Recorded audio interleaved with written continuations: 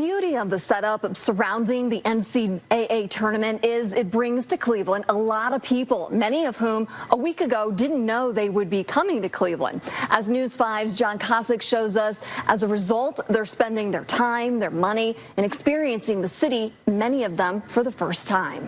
On any given day, 4 out of 5 visitors to the Rock Hall are from out of town, a number that the NCAA tournament pushes even higher. Many of the people we ran into this day are first-time visitors to the city who a week ago had no idea they'd be spending this weekend in Cleveland. But like these Vanderbilt alums, when their team made the dance, they knew they were coming. As soon as we figured out we were going to the tournament, I knew I was going to be off Thursday, Friday, and when they announced the site, I booked a flight that night. The same true for the Tilleries of New Mexico. When did you decide to come? As soon as they got in, last Sunday when they were announced that they were going to be playing in the tournament and that they were coming to Cleveland. So we booked our flights and the hotel room that same night. Yes, we ran into a lot of New Mexico fans who, like Mark and Tomas, are nothing if not positive about what they've seen and what they hope to see. We're from New Mexico. He's never seen the Lobos at the NCAA tournament.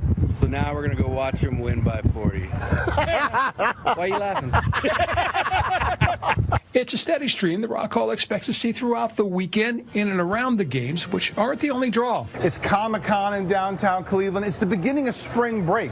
So we will see an influx of fans, of travelers, of tourists. So will the folks at the A Christmas Story House and Museum, a must-see for Stephen from Albuquerque. Big movie in my household when I was a child. My mother loved it, and I did too, so had to come down here. Like the others, his first trip to Cleveland was last minute, but Jonathan from Miami mapped out his with his buddies a year ago as part of an annual tournament getaway. We try not to repeat the same places we've been to, so we've been all over the country. We haven't been to Cleveland, so we said we'll take a shot. What's your impression of Cleveland?